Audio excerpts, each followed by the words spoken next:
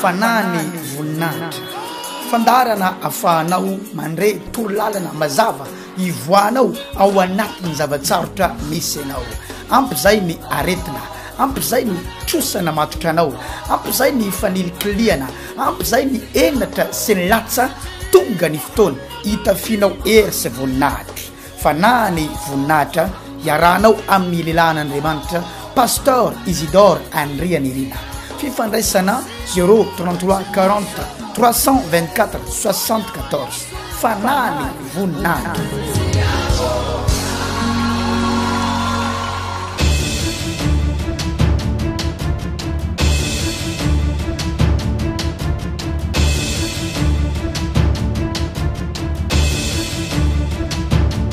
Miaraba tompoko feno voninahitra Pasteur Isidore Andrianirina avy ato amin'ny fianakaviambe ny fanany voninahitra manona ny fiadanan'ny tompo amintsika mianakavy ity taona 2024 ity dia mankalaza an'Andriamanitra izahay fa feno 10 taona no nijoroany fiangonana fanany voninahitra eto Madagasikara ary sorana ny tompo fatao anatin'ny rotaona zay dia manomboka are sy hita ivelan'ny firenena malagasy ny filazantsara izay torinay afahanay maneho an'ireto fijoroana vavolombelona vitsivitsy ireto androany dia misy madama anankiray avy any Guinée-Bissau, misy mpivady avy ato France, misy tanora mbola mpianatra avy ato France, misy madama anankiray avy any Liban izay misitraka mivantana ny fahasoavan'Andriamanitra amin'ny alalan'ny filazantsara izay torina miainga avy ao anatin'ny fiangonana izany.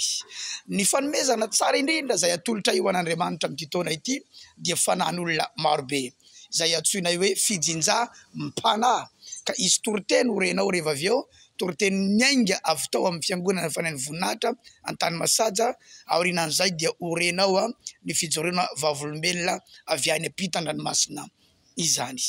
Rahalasy vavy malala manentana anao sady amin'ireto programa be dia be ireto.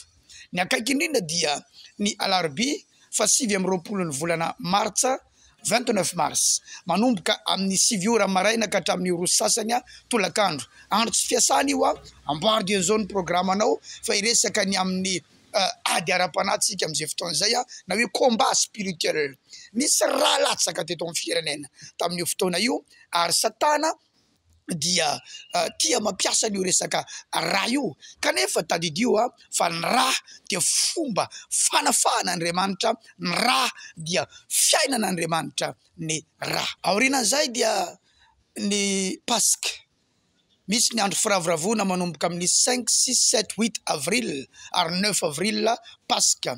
Ny alarobia 5 avril dia manomboka amin'ny 12 ora atoandro. Ny alakamisy zoma 6, 7 avril dia amin'ny 9 ora hariva, ny sabotsy sy ny alahady dia samy amin'ny 7 sasany maraina. Fotoanan'ny Pasika io andraisanao ny famonjen'Andriamanitra izany.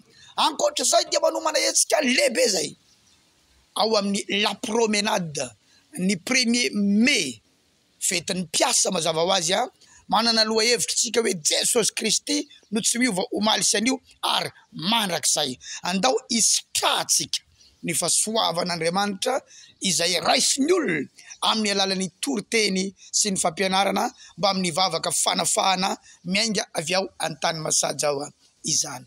Tahin'Andriamanitra voaombo niaraka tamin'i Kristy tamin'ny azo fijaliana hoy ny apôstôly Paul tsy za tsony ny velona fa Kristy ny velona ato anatiko. Jesosy maty ho anao. Teo vakitsika ary ny Galatiana toko 2 teny andinany 20. Voaombo miaraka amin'ny Kristy amin'ny azo fijaliana ao. Ary tsy izay intsony no velona fa Kristy no velona ato anatiko. Aza matahotra ampakatra ny Maria vadinao fa ny zaza ho ankibony dia avy amin'ny fanamasina fa tsy hoe nandranto izy. Ny anarany atao hoe Jesosy izy no hamonjy ny olona ho afaka amin'ny fahotany. Zay zany ny antsony zaza ho ankibony vadinao io hamonjy ny olona ho afaka amin'ny fahotany. Anina hoe azafady Hamonjy ny olona ho afaka amin'ny fahotany avereny tsara. Zay niantso io zaza io, zay nianto pisiny io zaza anaty kibonao io. Hamonjy ny olona ho afaka amin'ny fahotany. Zany no mahatonga azy tsy nateraka avy amina mpanota. Fa raha ohatra ka i Josefa no niaraka tamin'ny Maria na bevokany na tonga ny Jesosy niforona tao kibon'ny Maria, de zanakiza zany i Jesosy, zanako Josefa. Fa i Jesosy tsy zanako Josefa, fa zanak'Andriamanitra. Napetraky ny fanamasina tamin'ny alalan'ny herin'Andriamanitra ao amin'ny tran'ny zanaka Maria. Dika zany tsisy raha ny Josefa ao amin'ny Jesosy. Mazava tsara fa ny raha ny Josefa raha adamika, efa nisy otany olovaina avy tamin'ny Adamo. De dikan'izany Jesosy rehefa teraka tsy nitondra ilay otany Adamo. Mazava sa tsy mazava? De i Jesosy tety ambonin'ny tany miady amina fakapanahy, miady amina fahotana maro samihafa, fa sainga ao anatiny tsy misy ilay ota. Le adany zany tsy avy any anaty fa eo velany. Fa ny tsika double, sady anaty no ivelany. Misy teanao ao anaty ao, ivelany koa misy famporisiany. Iny tsara ny olombelona ngena tsisy devoly aza manota foana e. Satria tsy miankina amina devoly tsony io, fa le natiora ao anatiny zay lovainy tamin'ny Adama mihitsy, lay natiora adamika, lay natiora pécheresse, na any amin'ny tany tsisy devoly aza dia manota foana ny olona. Ozany hoe tiako ty vavahady ty, fa amizay tsy tafiditra ato ny devoly. Amin'ny anana Jesosy asianao divay ray litatra eo, rano Jesosy Kristy, ato any anamasitena, fa any anatina ho any le natiora. Zay no mahatonga ny Jesosy miteny hoe mareta torsy mi vavay anareo mba tsy diranareo amin'ny fakapanahy. Ina mo mahatonga an'izany? Rehefa miaro torsy mivavaka ianao dia potipotika raha io tany anaty ka na misy fakapanahy za tsy miditra ianao. Ary zay no nahatonga ny Samsona ny varilavo tao anaty fahotana, satria izy sady tsy miaro torany tsy mivavaka. Nombona teo amin'ny azo fijaliana amizay izy, tsy noho ny otany fa nio ny otatsika, nalainy ny fahotatsika. Ao amintsika misy ny atao olona ao anaty, homme intérieur. Ilay olona anaty io tsy olombelona ohatry zao, fa fiainana any anaty any. Lay miaraka aminy sy miaraka aminao, io ny nalainy netiny teo amin'ny azo fijaliana teo. De rehefa nombona izy, de ilay olona ao anaty ao amintsika ao niara-nombona tamin'io azo fijaliana io. Za zany le olona ato anatiko, le mitarika amina fahotana io. Ianao le olona ao anatinao, le mitarika amin'ny fahotana io, dia nalainy Jesosy, dia niaraka nombona taminy teo amin'ny azo fijaliana. Ilay zavatra mitarika atsika ao anaty fahotana, tarika atsika any amin'ny lalana tsizy, mitarika atsika andika lalàn'Andriamanitra, reny dia niaraka nombona taminy teo amin'ny azo fijaliana. Zay lazainy Paoly eto hoe voaombo niaraka tamin'ny Kristy teo amin'ny azo fijaliana. Tsy izy vatan'olombelona io, fa le olona any anaty, le olona ao anaty, le manota iny niaraka nombona taminy teo amin'ny azo fijaliana. De amizao izy tsy zatsono ny velona, fa i Kristy, tsy Kristy voaombo iny, fa izy efa nitsangana tamin'ny maty, iny velona ato anatiko ato. Azonao ve zany zavatra resahany zany? Iny no velona ato anatiko ka izay velomako amin'ny nofo amin'ny maha-olombelona ankehitriny, de velomako amin'ny finonany zanak'Andriamanitra. Ato anatiko izy de mivelona amin'ny finoana azy fa ato anatiko Jesosy Kristy. Tamin'ny testamenta taloha olona miezaka manaraka ny lalàn'Andriamanitra, fa taoriana ny nitsanganan Jesosy tamin'ny maty, olona nitoerany Jesosy ao anaty. Lay olona nanota iny efa nibona teo amin'ny azo fijaliana, fa Kristy amizay mivelona ao anatsika ao, de natao hanompo an'Andriamanitra miaraka am'le Kristy ao anaty ao sika. Zany hoe tsy mitovy am'le olona tamin'ny testamenta taloha sika, fa olona hafa. Inona ny mampiavaka atsika? Azavao inona ny mampiavaka atsika? I Kristy ao anatsika ao. De le olona taloha iny natao iny nombona teo amin'ny hazo fijaliana le mitarika amin'ny fahotana iny. Efa vaomby niaraka taminy teo, efa nisambaina teo, efa nalevina le vatan Jesosy nalevina. De efa maty niaraka tamin'iny le olona ao anaty. Fa I Kristy rehefa nitsangana tamin'ny maty de mitoetra ao anatsika amin'izay. Ao anatsika verina ato anatiko Jesosy. Ato anatiko Jesosy Kristy. De hozy Paoly hoe ankehitriny tsy za tsony ny velona. Le tsy za velona resahana io tsy le olona taloha iny tsony, tsy intsony, fa Kristy io ny velona ato anatiko. Ka raha miaina ankehitriny amin'ny manofa mandrahana de amin'ny velona amin'ny finoana io zanak'Andriamanitra ato anatiko. Izay fa izay velomako ankehitriny amin'ny nofo de velomako amin'ny finoana ny zanak'Andriamanitra. Izay efa tia ka nanolotra ny tenany amonjy tikan'izany zany tena zaho ozy Paoly zany kristiana. Kristy ato anatiko, velona ato anatiko. Fa le olona taloha iny efa nombona teo amin'ny hazo fijaliana. Le mitarika nanota iny efa nombona teo amin'ny hazo fijaliana iny. Efa maty le Saoly avy any Tarsisy iny, efa maty iny. Le Saoly manenjika kristiana iny, efa maty iny. Le Saoly zay naprisika ny olona itorabato any Etienne iny, Stéphane iny, efa maty iny. Le Saoly le mpanota iny, efa maty iny. Fa Kristy no velona ato anatiko ato. Ny zavatra ataoko manomboka eto izy de communion amin'io Jesosy ato anatiko. Manana firaisana amin'io Jesosy ato anatiko. Miara-miaina amin'io Jesosy ato anatiko. Manomboka androany le fiainana maha-kristianina anao. Alléluia. Manomboka androany tsy fampitolona amina fahotana itsony zasy ianao. Tsy fampitolona amina fahotana itsony zasy ianao. Alléluia. Efa nombona teo amin'ny hazo fijaliana ilay olona taloha ao anatinao iny. Mino an'izany ve ianao satria afinoana no andraisanao an'izany. Afinoana no andraisanao an'izany. Mitsangana vetivety zay mahazo an'ity toriteny ity, samy mivavaka amin'izay vavaka. Fantatrao fa tokony ataonao amin'izao fotoan'izao. Ilay olona ao anatinao nombona teo, fantsihana teo, le fonina teo. Ilay olona ato anatiko, ilay manota iny, ilay adala iny, ilay efa simba iny, ilay mivona iny. Ankehitriny tsy Isidoro intsony ny velona, fa Kristy no velona ato anatiko ato. Oh, za kristiana, za manana an Jesosy ato anatiko ato. Halleluja. Tsy eo ambany ny lalàna itsony fa eo ambany ny fahasoavan'Andriamanitra, fahasoavana ny namonjena. Tsy avy tamin'ny asa nataoko, fa finoko an Jesosy Kristy.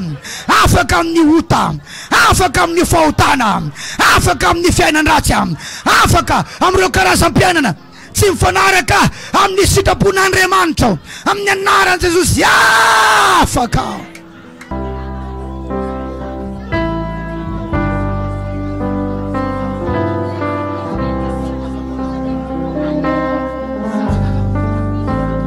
Zaire kutupu,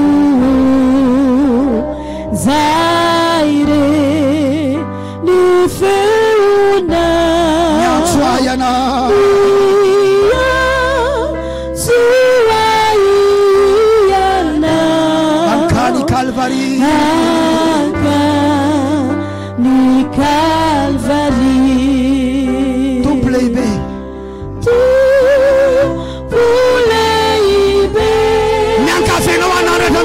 Krena milana ari rini mas asa farina faitini fotona amin'izay nanao ianao zay mifampitolona ny fahotana isan'andro matoa fampitolona amin'io dikan'izany mbola ianao le velona mbola tsy ninanao la ianao le ara-manotany.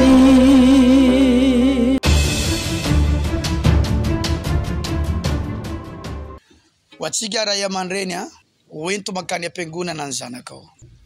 Itehirizanao ny fahatandroany sy loavin'ny fiainany, fa ny ao anatin'ny fiangonana dia misy fanabeazana sy fitaizana. Sitael, ankizivavy anankiray monina ao Frantsa no ivavaka ho antsika amangina Andriamanitra ny fotsika amin'izao fotoana izao, resy lahatra feno izy ao amin' Jesosy.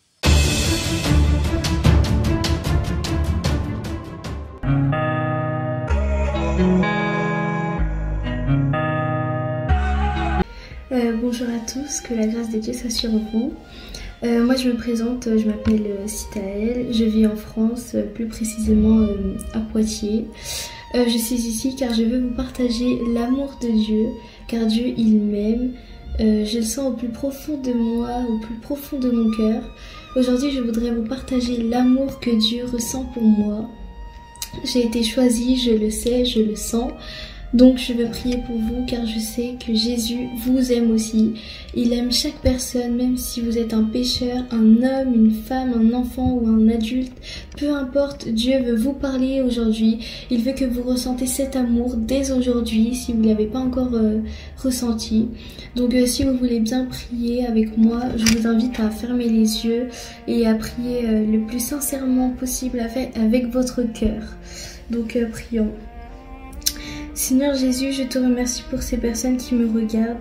Je te remercie car tu es un Dieu plein d'amour et je sais que tu aimes chaque personne ici présente. Je voudrais te demander d'agir dans les cœurs car je sais qu'ici il y a des gens qui veulent te faire confiance mais qui n'y parviennent pas. Je sais qu'ici il y a des gens qui sont addicts à quelque chose et qui savent que ce n'est pas bien mais qui ne peuvent pas se libérer eux-mêmes car toi seul peux les libérer et toi seul peux agir dans leur cœur pour qu'ils soient sauvés. Il y a aussi les autres pécheurs, Seigneur, ces gens-là tu les aimes encore plus, Seigneur, tu vois leurs désirs, ils veulent être sauvés mais ne savent pas comment s'y prendre. Seigneur, aide-les, montre-leur à quel point tu les aimes, montre-leur le chemin qu'ils doivent prendre. Ils veulent être sauvés et ne plus appartenir au diable. Je sais et je crois du plus profond de mon cœur que tu peux les délivrer. Tu peux toucher leur cœur, Seigneur. Ils veulent être sauvés, je sais que tu les aimes car tu es un Dieu plein d'amour, Seigneur. Toi seul peux les comprendre et les libérer de ce fardeau. Même pour eux, cela devient lourd et fatigant, mais toi seul peux les libérer. Je crois, Seigneur, du plus profond de mon cœur, Seigneur, que tu peux les libérer, que tu leur montres le bon chemin, Seigneur, le chemin qu'ils doivent prendre, Seigneur. Aide-les à te faire confiance, à remettre toute leur vie entre tes mains, Seigneur. Tu agis dans leur vie, Seigneur. Je sais que tu les aimes, Seigneur, parce que tu nous as donné ton Fils unique, Seigneur, pour qu'il soit persécuté, pour qu'il meure à la croix, qu'il verse son sang pour nous, pour laver nos péchés. Et je sais que tu nous aimes, chacun de nous, car tu m'aimes moi. Et tu aimes aussi toutes ces personnes, Seigneur, ici présentes. Merci parce que tu nous as donné une vraie preuve d'amour, Seigneur, car tu nous prouves chaque jour, Seigneur, que tu nous aimes, car nous sommes encore ici, Seigneur. Merci pour tout ce que tu fais dans notre vie et pour tout ce que tu vas encore faire. Je sais que tu vas faire des miracles, je sais que tu vas agir encore chaque jour dans notre vie. Merci pour tout ce que tu fais envers nous, au nom de Jésus-Christ. Amen. Amen, j'espère que cela va t'aider à faire confiance à Dieu, si tu ne fais pas confiance à Dieu. Mais en tout cas, j'espère que cette prière, Dieu pourra l'exaucer, Dieu pourra te montrer à quel point il t'aime. Dieu te montrera, j'en suis sûre et je le crois de tout mon cœur. Je sais que Dieu te montrera le chemin de ta vie, te montrera tout ce qu'il veut de toi, les projets qu'il a pour toi. Et je sais que si tu as été addict à quelque chose depuis longtemps, je sais qu'il peut te libérer de cela, je sais qu'il peut enlever cela, car rien n'est impossible à Dieu. Et je sais qu'il agit en ce moment, qu'il fait des miracles en ce moment. Et j'espère que tu le crois toi aussi, parce que il faut avoir la foi. Et voilà, donc que Dieu te bénisse, toi et ta famille et tout le reste, qu'il te bénisse toi, ton chemin, tout ce qui t'appartient, qu'il te bénisse. Et voilà, et à la prochaine. Tonga so eto Guinée Bissau ndray tsika amizao fotoana zao. Eveline Andriana Valina niasa tany Maroc, efa nifindra tia Guinée Bissau, misetraka ny fahasoavan'Andriamanitra.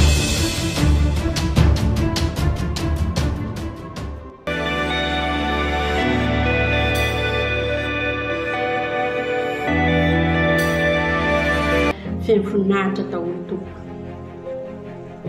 Evelyn Andrianavalona miasa sy monina aty Guinée-Bissau. Voninahitra ho an'i Jesosy rery ihany no hitsoroko vavolombelona. Ny amin'ny fahasoavana izay miropita aty amiko amin'ny alalan'ireo mpanompon'Andriamanitra Pasteur Isidore Andrenirina Mivady ao amin'ny fiangonana Fanao Voninahitra Fohibe ao Mahajanga. Tany Maroka no nahitako voalohany fandaharana izay nataon'izy ireo tamin'ny alalan'ny tambazotra tserasera Facebook. Teo no nanomboka mifandraisako tamin'izy ireo, ary teo koa no nanomboka nahitako izany fanafahana à la distance. Araky ny teny slogan anay manao hoe la distance n'est pas une barrière. Tena tsy sakana tokoa ny eran'eran-tany, ary ny fahasoavana tsy sakana ny eran'eran-tany. Rehefa tena mihina, rehefa tena manaraka ireo torohevitra sy ireo torolalana izay hoentin'ny mpanompony, dia tena mitroka tanteraka izany fahasoavana izany. Tany Maroka hoy aho no nahitako voalohany azy ireo. Tany Maroka no nandraisako izany, nandraisako ny fampianarany voalohany, ary nitohy atraty Guinée-Bissau. Ary matoa tonga aty Guinée-Bissau dia noho ny fahasoavan'Andriamanitra izay noraisiko sy nitroako tamin'ny alalan'ireo mpanompony. Satria raha ny fiainako izay talohany tsy nahitako azy ireo, nivavaka talohany izay, fa nivavaka tsy navavaka tsy dia tena hoe tsy hoe tsy nivavaka fa tena nivavaka, fa hafa mahitsy ilay nivavaka. Misy fampianarana, ilay mivavaka mandray tompiny, ilay mivavaka misy taridalana izay omeny mpanompony. Izaho moa dia nanaiko zanaka izy ireo ara-panahy, ary hafa mihitsy koa ilay manana ray aman-dreny ara-panahy, ary indrindra mandohalika mivavaka ho anao, satria fantako loatra ary tsapako fa tena mitolona mambavaka izy ireo. Ka izany nijoroko vavolombelona, fahagagana maro no niseho teo amin'ny fiainako, nandritra izay fotoana nandraisako sy nienoko ny toriteny izay nataon'izy ireo izany. Ao anatin'izany ny fahitapity, mahita fahitapity maro izay tsy tambo isaina. Ao anatin'izany ny fiainako izay hitako hoe misokatra. Ao anatin'izany ireo blocage sy ireo olana izay hitako fa tena ravarava. Any alavitra ny Majunga izy manao délivrance sambo aty alavitra aty, fa misy fiantraikany aty amiko. Tsapako hoe maivana, tsapako hoe mivany olana na eo amin'ireo zanako any Madagasikara, dia tsapako ankehitriny izy ireo dia efa hitako koa hoe mandray miroso lalina mifandraisana Jesosy ny tompo sy mpamonjy ny fiainan'izy ireo. Anisan'izany koa ny fianakaviako ny ray tapo amiko izay teo anatin'ny famoizam-po tanteraka, kanefa rehefa noho ny fahasoavan'Andriamanitra dia nanaiky fa handray an'i Jesosy ho tompo sy mpamonjy ny fiainana. Ka ny teny tiako ambara eto amin'ny farany dia hoe tsara loatra ny tompo, tsara loatra Jesosy, tsara ny manana ray aman-dreny ara-panahy, ary mamila mahay manaraka ny toromarika sy ny torolalana, ny fitaridalana izay ataony. Tiako hanafarana antsika izay miasa rehetrarehetra ty ivelany, izay monina na miasa ty ivelany. Ilaina manana an'i Jesosy ty ivelany. Aza mieritreritra hoe efa tonga ty ivelany ianao dia mitafita, tsy fahatongavana ianao aty ivelany no tena irosonao anatin'ny hoe zanopolona sy ady izany. Ka noho izany miavaka aza miana an'i Jesosy. Maefa zafizanaka miasa atia Liban no ijoro vavolombelona amintsika ny fahasoavan'Andriamanitra.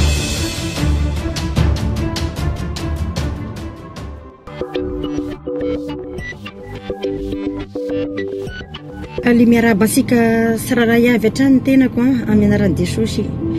Voninahitra dia n'Andriamanitra rery ihany. Ny tenako moa dia miasa tsy apita ranomasina, miasa tsy avy ataon'ny Liban. Maefa zafizanaka moa no magnatrika asika izao fotoana amin'izao zao. Ijoro vavolombelona 6 minutes na 7 minutes eo ny tenako tamin'ny fotoan'Andriamanitra ny fiainako. Amen. Sara ny tompo. Halleluia. Makasitraka Jesosy tamin'ny fitondranao, makasitraka makasitraky sika rehetra sararaivo zay mijery am'izao fotoana am'izao ry zao a magnatogna an'Andriamanitra na mora na misarotra aza dimo misaotra ny tompo zao mizoro miresaka aminareo mizao reo fotoana zao a tena tangatiny fanaony zao tontolo izao fa soa fa teo Jesosy a nagnamboatra ny fiainako soa fa teo Jesosy a nitondray a ibebaky ifona eo amin'ny tongotrany amen am'izao fotoana am'izao ry zao a nareo rehetra zay mijery ahy a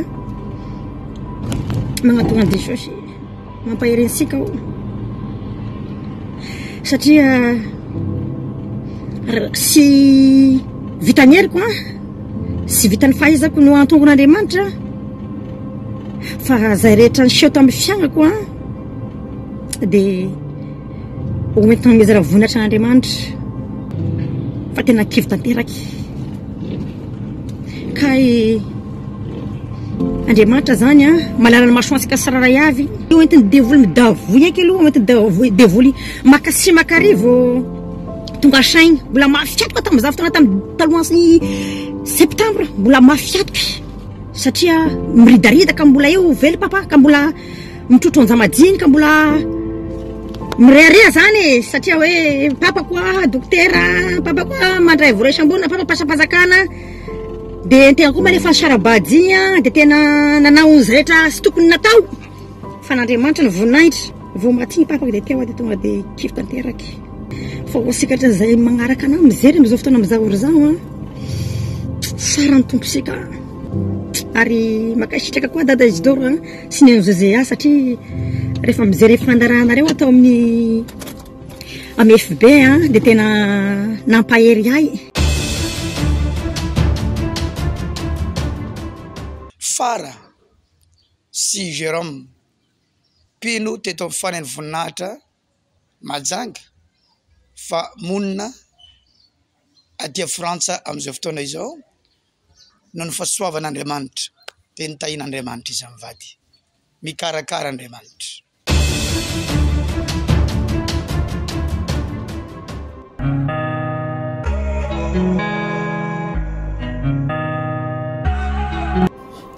Fiain'ny voninahitra daholo tompoko. Bonsoir tout le monde.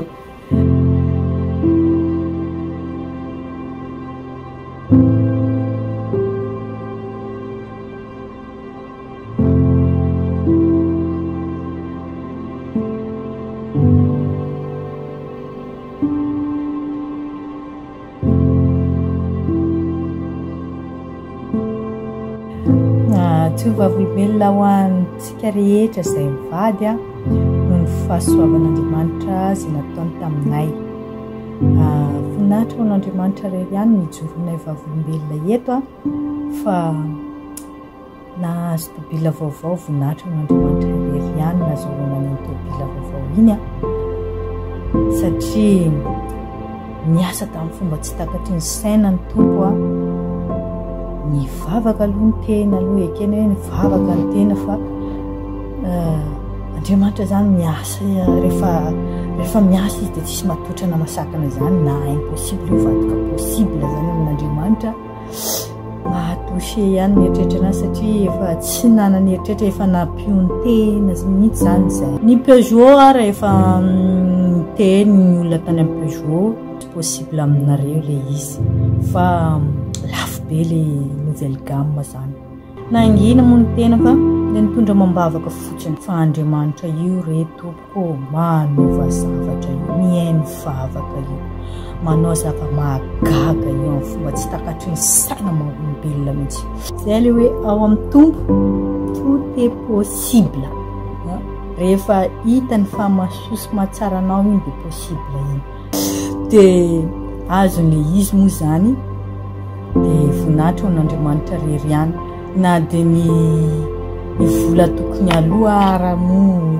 lasa maivamaivana kokoa noho le nieritreretina dia nefa ny olona zay efa nandeha nitsangatsangana tany amin'ny sud de la France tany voninahitra ho an'Andriamanitra tsara mandroso tsara miverina zay tany. C'est ça pour dire qu'en fait que Dieu ne quitte pas à chaque instant mais il faut savoir l'écouter.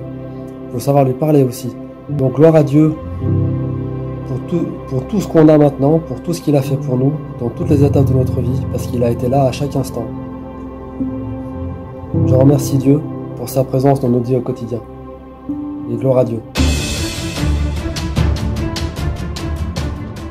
5, 6, 7, 8, 9 avril. Toerana tany masaza, roapolo amby zato metatra miala eo amin'ny bazar. La promenade, 1er mai, manomboka amin'ny 10 ora sisa sasany ariva. La promenade amin'ny bord, eo anelanelany Castro Pizza sy ny Banque Centrale. Ny akaiky azy indrindra dia ny Gasy Tsara Pizza. Raiso ny famonjena izay vaovao man'Andriamanitra ho anao.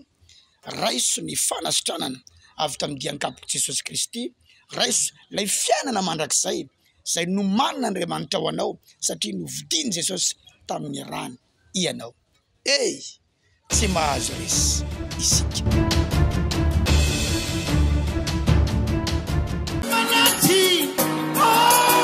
Fanany voninahitra, fandarana afahanao mandray torolalana mazava ivoanao ao anatin'ny zavatsarotra misy anao.